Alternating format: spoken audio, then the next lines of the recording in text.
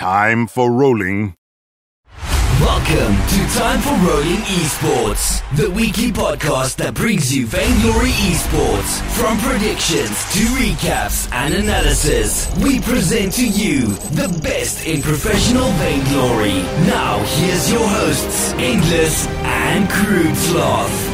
It's Time for rolling.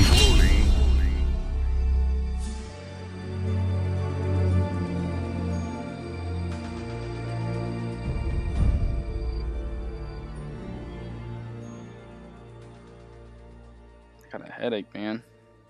Yeah, I do too, dude. You know what that's from? Sleep deprivation, Yep, lack of sleep. It's been coffee, mixture. lack of food.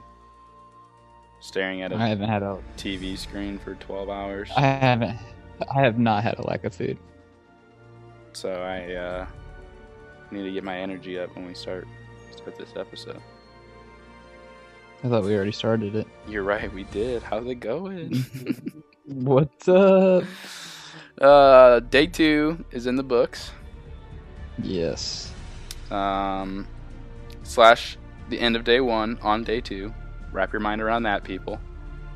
Let's go over our sponsors and friends, and then we'll get right into this episode. All right, so real quick, Crude and I want to tell you about some of our favorite sponsors and friends here. Mobile Esports, of course, is a great company that focuses on all things mobile gaming. They do top games such as in community events, when the new Game War Friends. They do trying to do some rules of survival. Critical Ops, Clash Royale, Vainglory is their newer title that they're trying to get in with. So I'm so excited to be working with them, getting more community events, more tournaments. I'm sure they are definitely looking out for 5v5 and trying to get involved with Vainglory, as it is going to be one of the top mobile titles. So you can follow them, of course. All the links will be in the show notes. You can make sure you stay up with their YouTube, their Twitch. They have 2 awesome websites as well. They have the mobile esports news, and then their normal mobile esports.org. They have all the tournaments and information. So all the links will be in the show notes. You can look through them there. NACL, North America Champs League, one of my favorite tournaments that is run by the community. It's great community members. And, Mags, she is just announced Season 5, so that will be in the link as well. You can get your team together, people, if you think you have a team that has what it takes to win the NA Champ League. There are some awesome teams competing this season. I've already seen a few of them that are signing up. So if you think you want to get your team together, maybe get a little competition experience under your belt, definitely sign up for Season 5. That'll be in the show notes as well. You can follow NA Champ on Twitter, NA Champ League, and you can follow their YouTube, where they have past VODs and whatnot, and their Twitch, where things will be streamed, all in the show notes. This show is brought to you by our friends there that I just mentioned. So again, let's go ahead and get into this Day 2 conversation. The right targets. That is one trade. T-Tigers is still pretty healthy. Tries to jump in. He finds one. This is a big turnaround for Liberation X. They might get the third. They might find an ace here onto Lost Boytov. Surrey Strike is not enough. Donna goes down. He might go for Donna Twips. He's gonna get one. He's gonna get 2. Lost Boytov. Lost Boytov, he does it. He gets the 2 versus 1 turnaround under the turret. He lives too. This man is a god.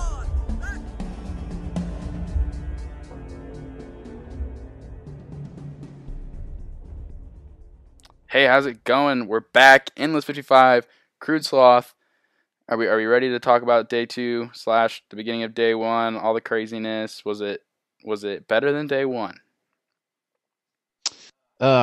Man, I don't know if I can say that it's better than Day 1, because there was a lot of intense. I think the most intense, which we'll obviously get to, was Ace and Pain.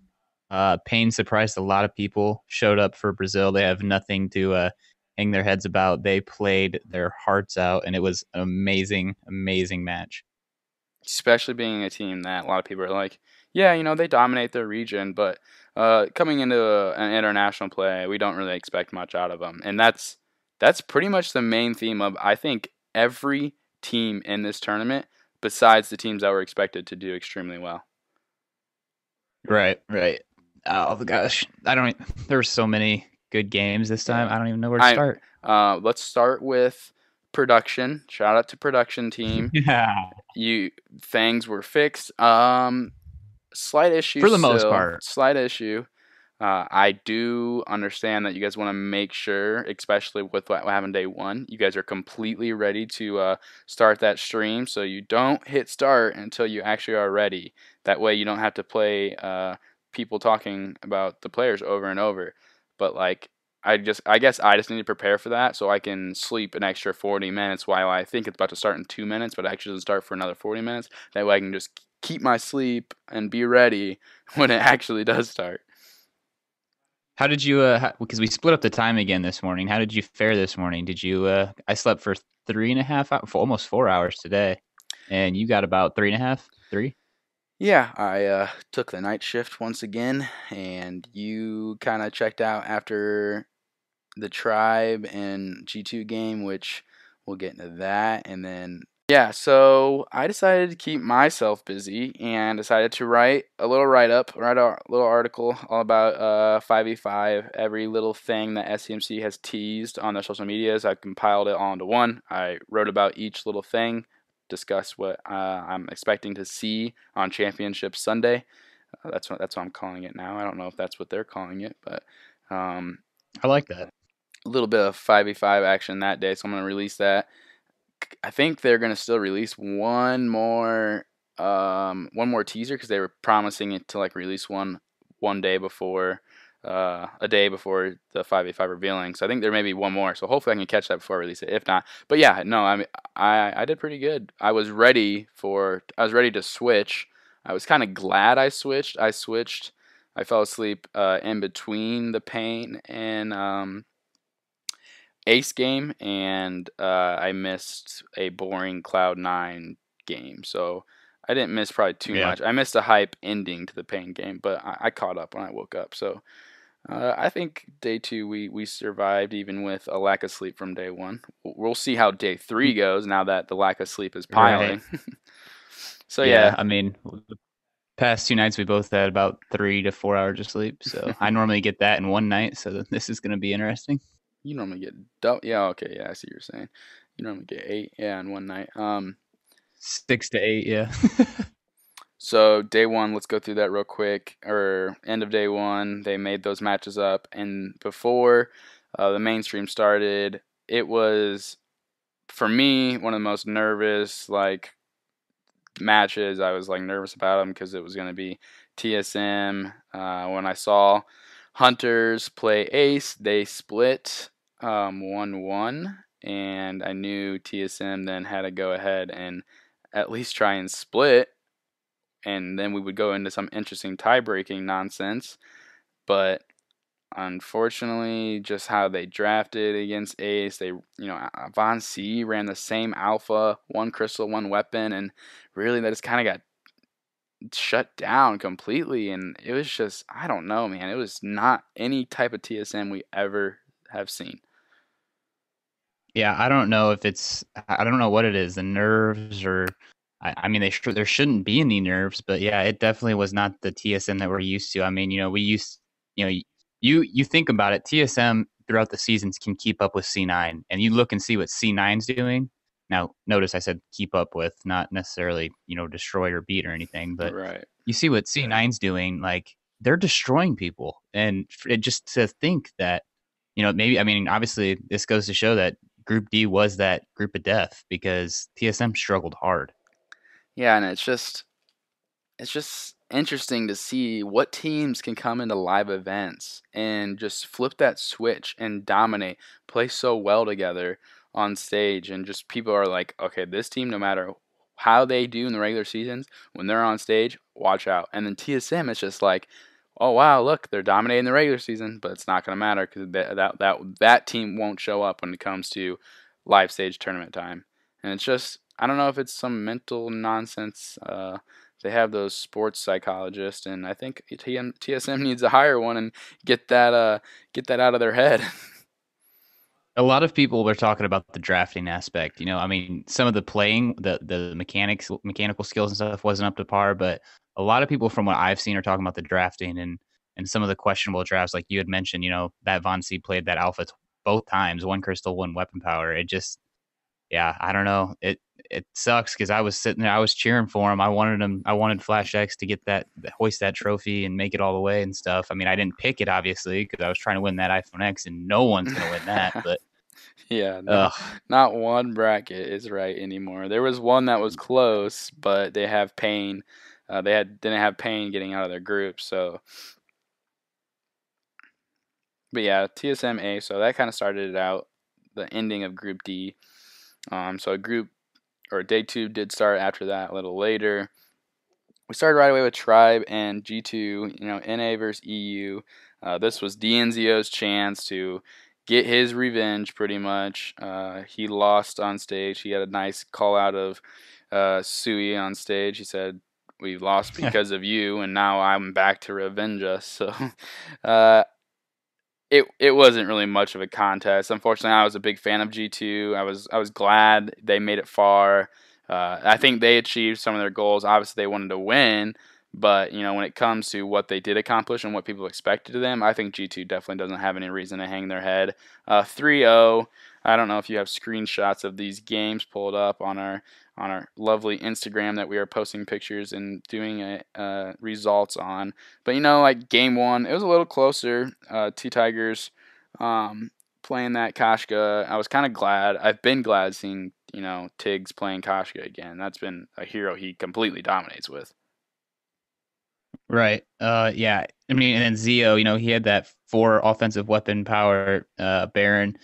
Once he got to that late game, like we know that Baron 4 offensive items, so strong.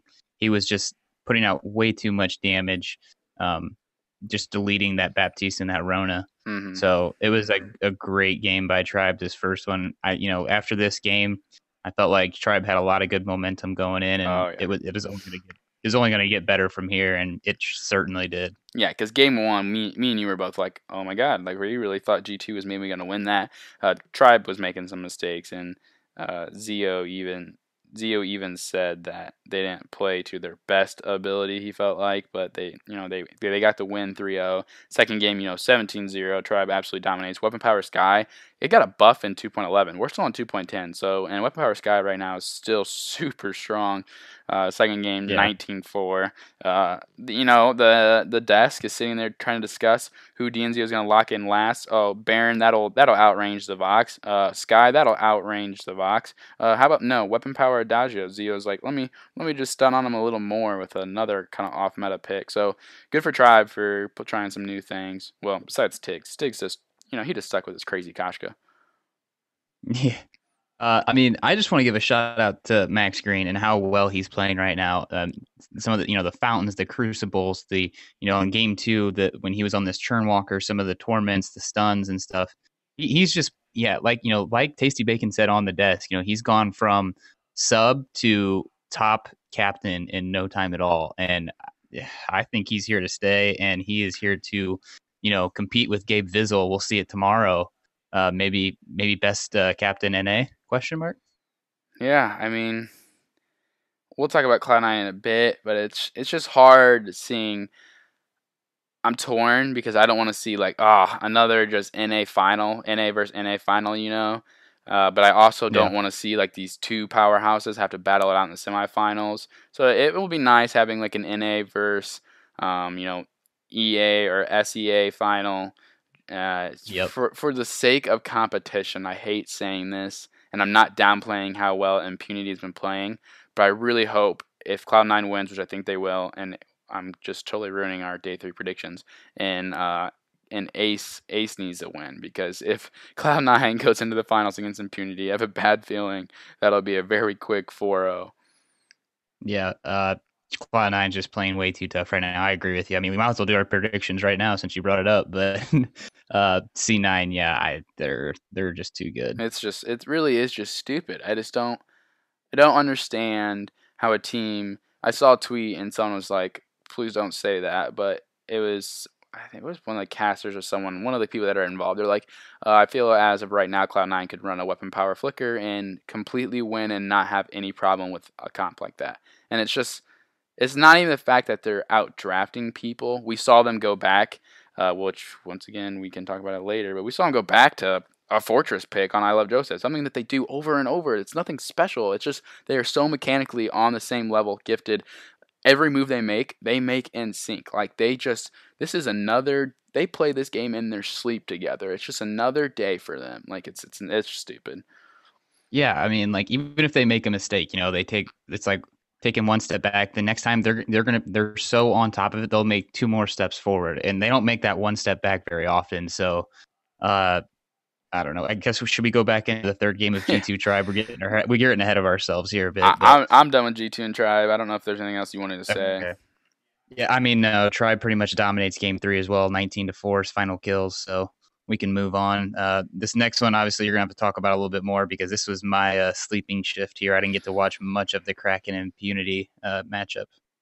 Yeah, so going into this matchup, I was definitely thinking Kraken was going to be the more dominant team just because I was surprised how well they did in their group, surprising a lot of people. While Impunity surprised a lot of people as well. I didn't think they drafted as well and were as strong as Kraken. Kraken seemed to be playing around each other pretty strongly. But, first game right here, Impunity's like, look, let's just draft something that is completely off meta, completely breaks the meta, and is a perfect counter to what Kraken was trying to do. They go ahead and pick up Arden as their captain, Celeste as their laner. Everything's fine, and then DefQ. He's just like, let me just run a weapon power Baptiste. He runs a poison shift, breaking point, serpent smack Baptiste, and I'm telling you, it didn't just like do good. There was multiple times that Celeste got focused so hard from Rona and Kashka that he like 1v2'd the rest of the way and got multiple aces by him. It was stupid. I have no idea where it came from. I was really interested in seeing it doing well. Iraqi was like, this hero is a very strong weapon. It's a very strong pick, but it's just so specific on how you play it that it can't be ran on an everyday basis. Yeah, I mean, I obviously, like I said, I didn't get to see this match. I will watch the VOD because when I first opened up the screenshots and stuff and I saw this weapon power Baptiste, I'm like, they won this match? Like, who does that? Like, how is that possible? But yeah, I mean, it looks like they won and they won fairly easy. I mean, it looks like to me it was 14-7 final kill. Yeah, early on, Celeste just did so much damage trying to survive, and Rona and Kashka, obviously, that's very dive heavy. So Celeste had a very stressful game, I'm sure, but Baptiste just got to sit back using the empowerments and just getting some pretty insane power spike kills. So yeah, first game Impunity starts out strong, home crowd loving it. Second game, poor analysts, first game they're like, oh, I just think Kraken's the better team, they're gonna win all of them. Impunity wins first game. Second game, Kraken just lost, so they're like, oh, Impunity's got a better comp, so I think Impunity's gonna win it. Nope, all three are wrong again. Kraken goes ahead and takes game 2. I did like Impunity's comp. I don't really know what went completely wrong. They had Sky, Kashka, and Lyra on their side. Somehow this weapon power Cruel on Baba La. Yeah, that's right. Whatever. Anyways, I'm sorry, but the Kraken player names, I'm pretty sure they closed their eyes and just typed in letters. But they had a Celeste and a Cruel and the Arden. I want to know the win rate. I don't know if I've seen one yet, but I think Arden right now is 1 or 2 captain right now. He is very contested, and I feel like whoever is on side B kind of picks up that Arden, and side B has like a high win rate right now. Yeah, I think that the top 3 captains have to be Churnwalker, Arden, and Lyra. Like I'd like to see the win rates on those. I mean, those 3 are the most contested captains right now in Worlds. So Grace. Yeah, I mean, Grace has been around, but not as much. I feel like. Yeah, I've actually seen it a couple times, but I mean, yeah, not as much. Yeah. So second game, Kraken wins it. I was like, all right, we're gonna have ourselves a little series here. Kraken picked up the second game. Third game, it was closer towards the beginning. Impunity does win it 11-5. They run the Crystal Blackfeather with the Vox. It was pretty strong, honestly. The Blackfeather just kind of straight up dominated, and he had 8 kills, I believe. So DefQ, watching him play is really exciting. I think he is a fun jungler to watch. Obviously this is like truly one of my first times getting to watch him multiple times instead of just catching some clips here and there from highlights during his regular seasons. But Impunity, like I said, they're really surprised me. They're a fun team to watch. It's probably they're just so fun to watch just because if they like sneeze, the crowd starts cheering. So it's just like no matter what happens, it's hype, and I'm always like, okay, I feel that energy. I'm all about it. But unfortunately, Kraken they had Rona once again, and the crystal pedal, it did all right, but Blackfeather just really did not get impacted by the crystal pedal. A couple on points, and next thing you know, like they were dead. So that's go on. No, I just feel like that they had a pretty good. I mean, that's a pretty good draft. You got Rona, Pedal, and Lyra. I mean, I was impressed to see that they lost with that. I mean, not saying that Impunity didn't have a good draft, but I don't know. I feel like that's a pretty strong comp right now. Yeah, so I think what happened is during draft phase, Impunity forced the pedal pick because someone banned Cruel, which made the pedal pick come through or something because they were basically forcing them into that, so they had a plan. Right. We have the screenshots at the end of the game, not the first screenshots of the draft phase. If we did our normal screenshot of draft and the ending, holy smokes, we would have to have a whole new computer system with hardware to store all of that. So yeah, that's game 3. Game 4, then I was like, let's just wrap this up, Impunity. We have a lot of games left, and it's already getting late. So I was kind of hoping they would win this last game. Draft, same as the first game, Celeste and Weapon Power, or not Weapon Power, and Baptiste. And so they were all like, ooh, Weapon Power Baptiste? No, he went with Crystal Baptiste this time. So just change it up a little, kind of throw the other team off. And, Kraken, they kind of pulled TSM. They drafted Rona over and over, and Rona is strong, and they do play her well, but they just couldn't quite get the wins with Rona. So, and the rhyme is it's too weak right now in 2.10. Doesn't do enough damage. It's stuck on top of, what's the Celeste names? QC? I can't see. QC? Okay, QC. Queasy? I don't think I don't know how to think it's pronounce Queasy, it, but I don't know. this is why we need to know. listen and actually listen to the analysts and casters when they pronounce people's names, so we know how to do it as well. All right, that'll be my homework for this coming day 3. Oh, do you have time to actually do that, or? We'll find out. Yeah, but anyways, they run to Crystal, and the Rona or the Celeste, like I was saying, was getting bullied by Rhyme, but she just never died because Rhyme didn't have enough damage. So Celeste's like, yeah, you can poke me. I'm just gonna sit here and keep attacking Rona and trying to get the Rona down. So 13-3, 16 minutes in, they win. So the home team is going on to the semifinals. It was a pretty hype series. It was very hype. All right, so the next series start out Payne versus Ace. I definitely watched the first game, which is unfortunate because it was the most boring game, and I kind of ended up going to bed to get some energy, thinking that Ace was going to absolutely destroy them. So a little disappointed when I wake up and I realize it was best of 5, and Payne Gaming legitimately almost won. First game, literally Ace won under 11 minutes, people. Like, it was stupid. It was perfect play, flawless. It was insane. I'm looking at, because I was waking up for game 1 of Payne Gaming and Ace Gaming. What is this draft by Payne? You got an Arden, an Adagio, and a Finn? Like, what? Yeah, well, forget what they said on the desk. Tasty's like, this was my favorite comp 2 years ago.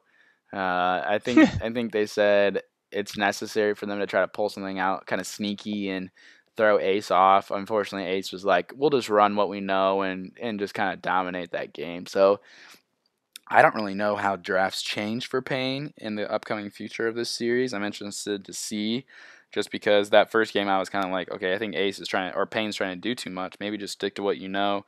Basically, if you give Ace not a Celeste, a Kestrel. Wow, my brain's losing it. But if you give them a Kestrel, they pretty much win. So I'm interested to see how Impunity does their homework going into the semifinals against Ace. Spoiler alert, everyone, sorry, but Ace does win this series. Well, like you said with Ace Gaming getting this Kestrel. You see the next 2 games, which Pain Gaming both won. The key there is they pick up the Vox. I mean, they were Sir Muster, I believe that's how you pronounce his name, Oh, yeah. was so good with this Vox. Dude, he was destroying people. So Ace Gaming finally figured out, like, okay, we have to force this ban on this Vox, and we cannot let him get that. And they did. They made some adjustments, and in game 2, or I'm sorry, in game 3. Nope, game 4. There we go. They made some adjustments, came back. They got this Baron 4 offensive weapon Baron. It didn't even get to full build because it was done in 17 minutes, but it was a intense game 4 for sure. That's when I know you were knocked out, and I was trying to be as quiet as I could so I didn't wake you up, but it was pretty crazy. Yeah, for everyone that's confused how the sleeping arrangements are, I'm just casually passed out on the couch in the back of. We have all of our setup in the basement. We got monitors, we got computers, we got our iPads, we just got everything down here to completely have a whole area to nerd out. It looks like a war zone down here, man. Well, we have 2 boxes of computer gear that we've been opening and destroying and throwing everywhere, trying to set up computers. Side story to all my lovely Vainglorious listeners. So I tweet out pictures and videos of our computers. We set Crudes up. Works lovely. Oh man, it's beautiful. It's great. I go to get mine already. I'm like, I bet this thing's not going to work. I had a strange feeling. Plug it in. Boom. My monitor, the graphics card is clearly not loading correctly. It's half loaded. There's it's kind of it's pixelated. So I'm like, all right, stay calm. Maybe my power source is not okay here. I need maybe a different power source. I plug different things in. Try that. No, it's still not working. So I call lovely CyberPower PC, who I casually paid a lot of money for them to build me a proper computer. And they're like, oh, sounds like your graphics card may be loose. Maybe just open it up, take it out, undo it all, redo it back in. Should be fine. So I get a friend who is much more into hardware and understanding of computers than I am. We look at it, undo it. We end up putting my graphic card into his computer system. That way, we know if it still isn't working, it really is just my graphic card and nothing to do with my motherboard. Long story short, that's what it was. Now I have to send my part all the way back to California and wait for them to send me a new one, and I have to plug it back in. So I'm pissed, basically. End of story. Hey guys, my computer works just fine. I'm pretty happy. Yeah, whatever. That's a low blow. I'm sorry, too early for that. I spend $100 less than you, and that's what I get. Just because I spend $100 less, I get a graphics card that doesn't freaking work. Man. All right. Tough times. Whatever. Moving on. I don't want to talk about it right now. I kind of was trying to act like that didn't happen yesterday. But yeah, looking back through the games, Ace ends up winning Game 5 with another Crystal Kestrel. So I was just surprised to see. A lot of times we see Weapon. We've seen Weapon throughout these tournaments, but Tassa, he's pretty dang good on that Crystal. Getting a lot of snipes down, a lot of insane plays. Again, this Weapon Power Sky. I think the mobility, the fact you can stack up really fast on the breaking point, and the auto attacks are just so quick. I think Weapon Power Sky is extremely dangerous. Yeah, for sure. But Game 5 was so intense because, like, starting out early, the amount of CC coming out of Pain Gaming, it was working. Like, Kroll was hitting his From Hell's Heart, and then, you get the core collapse from Celeste, and then you start adding in torments from Churnwalker and stuff. There for a little bit, they were missing their crucibles, their reflex blocks. Wow, that was a tongue twister there. And I was a little concerned that they were not going to be able to defend this CC coming out of Pain Gaming, but they ended up getting it together. Got an Aegis on creation, and they started to pull it together. And then once they shut down that CC, that was the key of victory for Pain Gaming in that Game 5. It was early on, man. I thought Pain Gaming was going to pull it out and actually knock out Ace Gaming, but Ace Gaming held tough, came through, and get to move on to the semifinals. Yeah, a Pain versus Impunity. Again, I'm not trying to downplay these teams. They are playing extremely well. I just think NA is on another level. If we would have saw Pain or Immunity in the finals, Cloud9 and Tribe would have been like, all right, well, NA is definitely taking it home this year. Now, I could be wrong, and that'd be hilarious if I'm completely wrong and I get that shoved back in my face when it comes to finals. But I don't know if we're gonna see that. I don't. It's going to have to take something other than just Vainglory play for C9. I mean, specifically C9, let alone Tribe, to just not take home Worlds because they're playing at another level right now. Yeah. All right. Well, Payne and Ace. That shout out to Payne. Like, good. I'm glad they gave people a good show. I'm glad they gave the analysts and the casters a hard time predicting what was going to happen. A lot of people thought they were coming in. We were going to see a Tribe G2 3-0. We were going to see a Cloud9 Hunters 3-0. But Payne's like, nope. I want to make this night go a little longer. And have a little more intense matches. So I think they're going to go into 2018 and they're going to have themselves another good year. You know what I'm never doing again? What's that? Filling out a bracket for Worlds because I just can't. I mean, I was so wrong on so many different levels, which I mean, obviously everyone else was too with all these picks. But like Payne Gaming, like where did they come from? Like I just can't get over it. I don't know. I'm obviously. But respect to Payne Gaming, man, for real. Yeah, well, you think about it, man.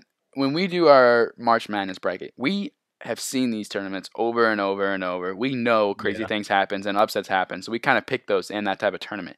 In Vainglory, we are so used to just the norm. This is going to happen because this region's ahead. No other region has been able to touch these regions. They're just so far behind. They haven't caught up with meta.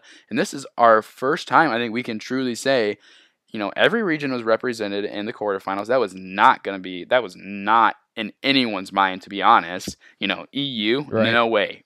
SA, Brazil, no way. And those teams put up good fights, and they were there. So this is the first time we actually, going into next Worlds, all 2018, we're going to be, keeping an eye on these teams. We're going to be like, all right, remember back in 2017? They did pretty good. So next year in Worlds, this is what we'll do. We'll pick some upsets, and then it'll be just normal, and every team that's supposed to win will win. But the format will be completely different, though. Hopefully. Fingers crossed. Hopefully. Yes. So we'll have to see. But so last matchup then. Yeah. Do we have to talk about it, or what points do we want to hit here? Cloud9's good? ? Well, we can start with game 1. Humanist can sleep easy now. Ozo. Yeah, Ozo was picked. Kind of surprised with I don't know, the Black Feather, Sky. Ozo likes to bounce on top of people that are close to him, but Ozo being able to use Arden and Black Feather to get on top of the Sky, I'm speculating, of course, because I didn't watch this series, was probably the key for Hunters or for Cloud9 there to get on top of Sky. Vox, of course, on Old School. Nothing new there, but Gabe does play Lorelei captain. We've been seeing a lot of Lorelei jungle, but this captain Lorelei. Yeah, Gabe doing what Gabe always does and just, playing extremely well. Vox with the Old School, that crit damage coming out, that was a great build because he could just build up the stacks and just start putting out serious damage. And then obviously you have that Ozo who can just bounce around, and he was in and out of team fights. Just the gameplay, the rotations from C9 was just too much. Yeah, 7-1, 17 minutes. Just another game for them in that first series. Hunters, of course, was a team that, this is just what kind of proves the difference level between Cloud9 and TSM, I think, during this tournament, is that Hunters almost took 2-0 off of TSM, and they performed well against Ace, another team that is supposed to be extremely strong. And Cloud9, I gave them shit because I was like, they're not going to have any competition in Group A, and that's going to hurt when they get to quarterfinals, semis. They're going to have harder things. Quarterfinals, just as easy as Group A. I hope semifinals against Tribe is a harder challenge for them.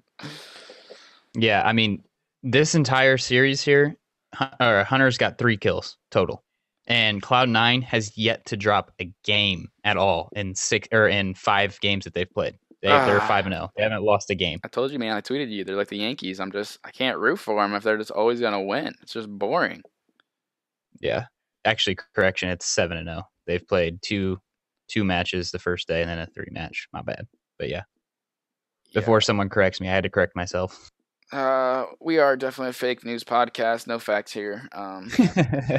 Yeah, so game one, I was glad to see Cloud9, like, let's try some things against a team like Hunters. If it goes south game one, we'll maybe pull out things we know to try to secure it. But, they're probably trying to get prepared for those big games in the semifinals. Game two, kind of back to what they know. I kind of hope Tribe just bans Fortress all series in day three, just because I feel like they play around Fortress so well. Yeah, I wish my one wish for this next matchup tomorrow between C9 and Tribe is if that you could pick up both sides or both teams could pick up the same hero, because who plays a weapon power Adagio better than Dienzio and Old School? That's so true. I just want to see the better weapon power Adagio. Like who's the better one? Like I wish that could happen, but obviously can't. So, but yeah, this game two, Cloud9, like you said, comfort picks, Old School on the Adagio, weapon power Adagio, Gabe on that Arden. This one was, just another steamroll, 12-0.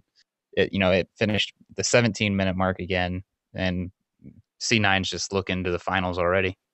It's just so textbook. They, when a Kraken appears, they start looking for a fight, and they'll take that fight, get the Kraken, push a little, wait for another fight, get the Kraken again, push a little. Right around 17 minutes is when they expect to end their games. Yeah, it's so calculated and ridiculous. So Baptiste, I'm still not totally sold on Baptiste being. It's definitely a pocket pick, but I'm still not. I feel like people are playing Baptiste more and more. So it'll be interesting to see going into the more intense matchups if Baptiste is still kind of that pocket pick. And I don't have anything wrong with Baptiste. The first time I actually enjoyed and I thought Baptiste did a lot of good damage was that weapon power Baptiste. Other than that, a Clockwork, Aftershock, Broken Myth, that kind of build is really just like a lot of CC, a lot of control of the Ordained to keep a Koshko or a Cruel in place, and really to allow your laner to kind of dominate. So that'll be interesting to see how the Baptiste plays into our day three. But I still think I enjoy a lot of other junglers right now in this meta. Yeah, I mean, it reminds me of, I don't remember what it was, 1 point whatever, but when, utility, the jungler utility was heavy, like, you just had those super carries. Yeah, or the fortress and the, all those different combinations, and you really just focus with your carry. That's kind of what the Baptiste right now reminds me of. Like, it doesn't do crazy amounts of damage, and like you don't have to worry about it, but it can definitely help lock people down, and with that fearsome shade, engage, disengage. It's an interesting pickup for sure, this Worlds. All right, well, last game, 17-2, 15-43, a little quicker this game.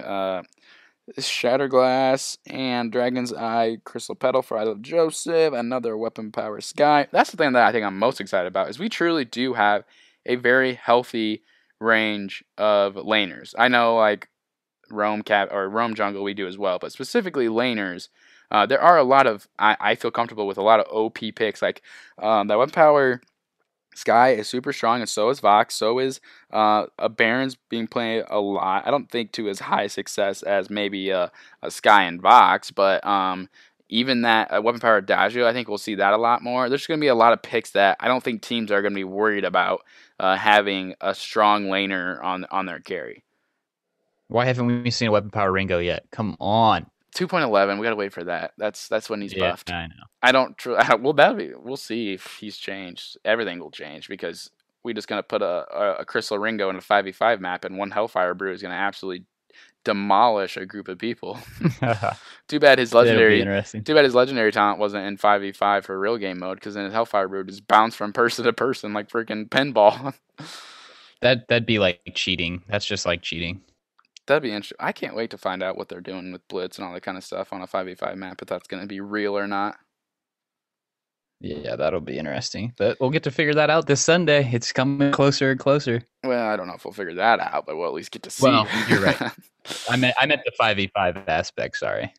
Yeah, so Hunters unfortunately came out of group strong. I think, I don't know. If TSM replaces Hunters here, do we truly see any difference? Do we see a better game? No. Yeah, I don't really think so either. Especially with how TSM has been playing. what if you replace Cloud9 with anyone else? Does Hunters? I mean, like, does Hunters do better, or is it Hunters was that beats TSM. Oh wait, no. Hunters wouldn't be playing TSM. Uh, you mean anyone, or just out of Cloud9's group? Yeah, I'm just saying, like, I mean, anyone. I mean, just that because I'm trying to focus on how good C9 is. Was it Hunters underplaying or not playing to their full potential, or is it just C9 demolishing? That's what I'm saying. Like, Yeah, if they play anyone else, they take a game, maybe 2 games.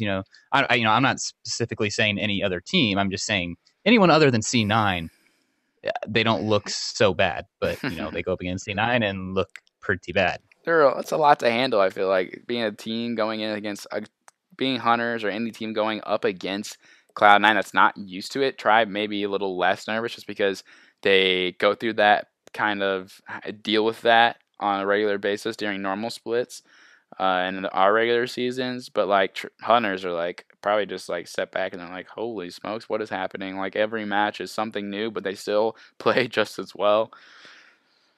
So, I mean, I don't know. Hunters probably could take a game off another team.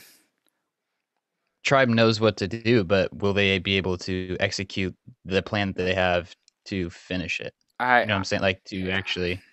It's not going to be 15, 17-minute matches where we see 3 kills out of the whole series on Tribe. Yeah. I think we'll see... Let's go ahead and make more specific predictions, I guess, then, for day 3, because this series is over. 3-0, nothing much to talk about. You did see the end. Quarterfinal matchups, Tribe versus Cloud9, Ace versus Impunity. What is their plan for this day? Are they just starting it later? It's actually same time, 2 p.m. SGT. So that would be, let's see, 9 or no, 10. I think it's 10 p.m. Pacific, so it'd be 1 a.m. our time. All right. 1 a.m. Eastern time. So it's the same.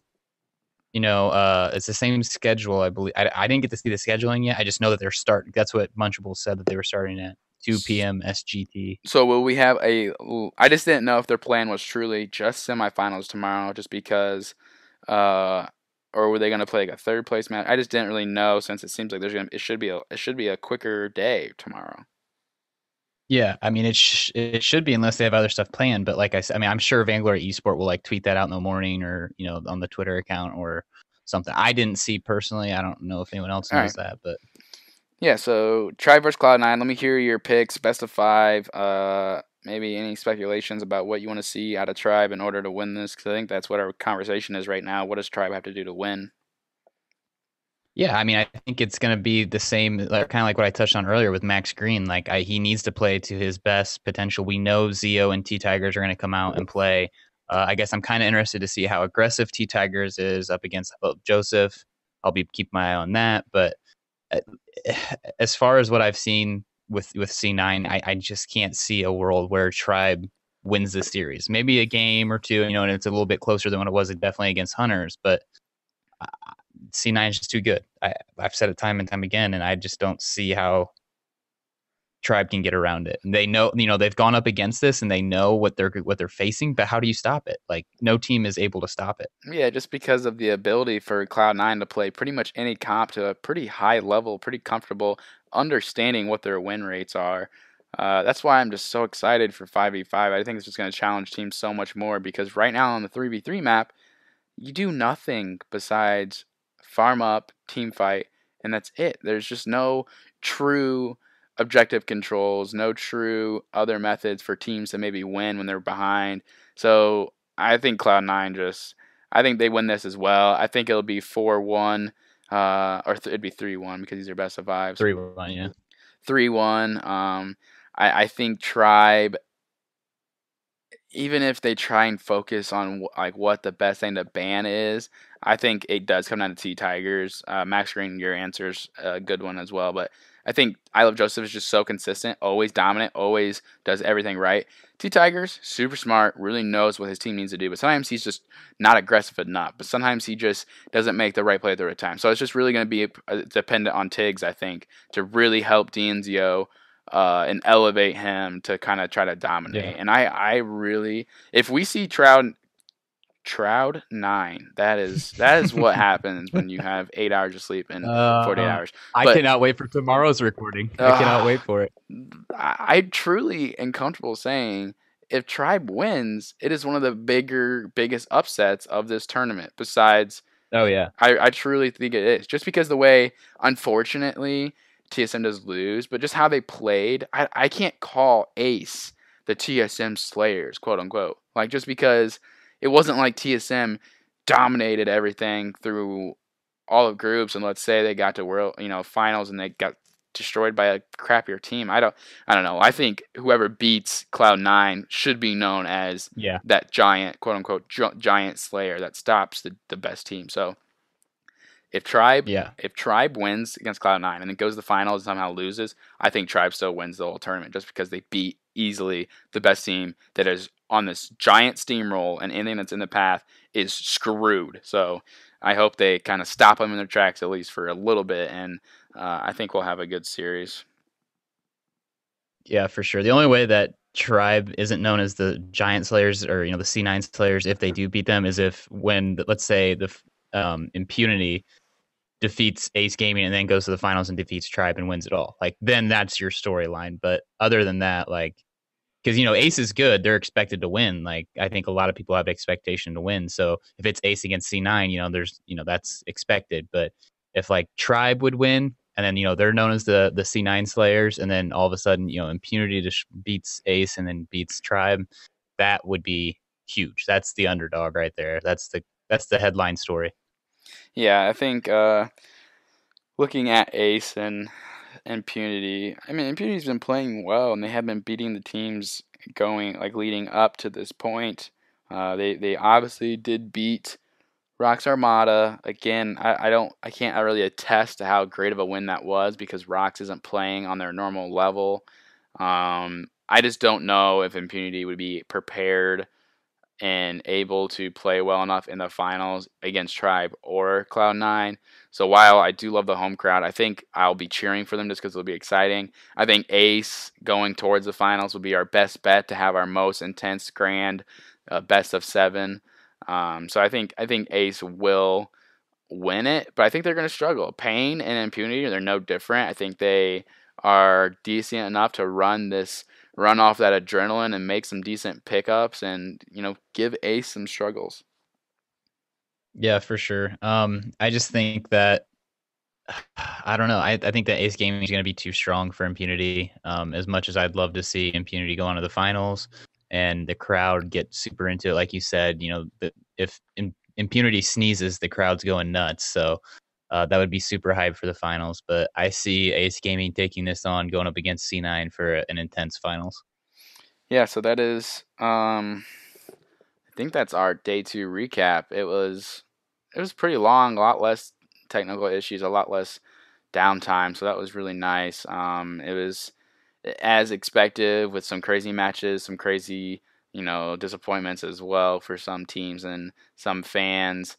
Looking forward to day 3 and even Championship Sunday. SCMC's finally released a little more information about that 5v5. It's going to be a King of the Hill now, so we're not just going to get one match. We're truly going to have a chance to see a lot of details from the map, a lot of different objectives, different types of things. We're going to see Renegades, we're going to see Rocks, and we're going to see Impunity, I think. Probably TSM. No, I think they said No. Was it TSM? No, I don't think so. Okay. I don't know. I could have swore they said possibly. I could have swore Munchable said possibly TSM on the desk today, but I don't know. Maybe that won't work out. Okay, don't sleep on Impunity SEMC. They're bringing the home team to dominate Singapore. We heard they will take over World soon with 5v5 as well. So, okay, Vainglory Esports tweeted that out, which is Ed the Shred, Ready Player One, and Yuma Kraken. So I don't know who they are. That could just be a joke. I'm trying to find the link, so keep talking about something if you can. Well, put me on the spot here. How about this weather we've had lately? It's pretty nice outside. Snowing here. SCA versus Korea versus NA. So, yeah, I think you're right. The NA team. Yeah. Crude's right. You guys heard it here first, Vainglorious listeners. Crude's right. I'm still trying to find complete confirmation though. First, Indeed. South Asia will represent. Oh yeah, you're totally right. Good job. Yup. Since okay, here we go. I'm reading it, everyone. Ready? First, Southeast Asia, represented by a powerful Renegades 5-man roster, will battle Korea's world champion Rex Armada. The winning region will move on to face North America, represented by. Oh, I'm an idiot. I knew this. I tweeted about this, and the reason why I didn't think it was TSM is because it's Ardent, man. Ardent is back. It's Shin Kaigen. Shin Kaigen is going to be TSM's 5th player. With Lucky Bread? Yeah, Lucky Bread, TSM, Flash, like the reunion of the original team, man. That's why I was so pumped. It'll be a throwback to Ardent that won the IPL championship. So that's legit. Okay, so I think we've gotten pretty lucky these past 2 days as far as like our sleeping schedules, but I'm really worried about Saturday night, which, Sunday, the last day, the championship. I do not want to miss a single minute of 5v5s, and I'm not missing a single minute of the championship. So I'm starting to stress about that a little bit. How do I get enough sleep that I can stay up literally all night? Find a dark room, blindfold yourself, ear muff yourself, act like it's nighttime, and convince your body that it's just time to sleep like normal. Great advice. Thanks.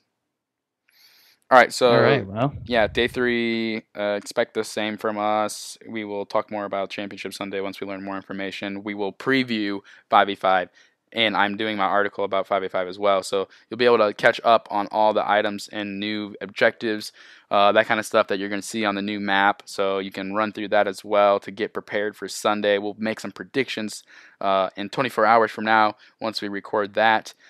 So cheers. I appreciate you guys for sticking with us. If you are not staying up and watching the matches, you are missing some pretty intense just an atmosphere overall. SMC is doing a really good job, I think, of making it as entertaining as possible for everyone around the world in their homes. So shout out to Vainglory eSports and all their production team that's with them. Yeah, for sure. Good day 2. Excited for day 3. Yeah, let's get into let's get into this day of whatever we're about to try to do to survive until tonight. Sleep. All right, cheers, man. Cheers, man. Thanks for tuning in to Time for Rolling. If you liked what you heard, please leave a review on iTunes or Google Play Music and subscribe for weekly episodes. Follow us on Twitter at Time for Rolling and at TFR_esports. Until next week for another edition of Time for rolling.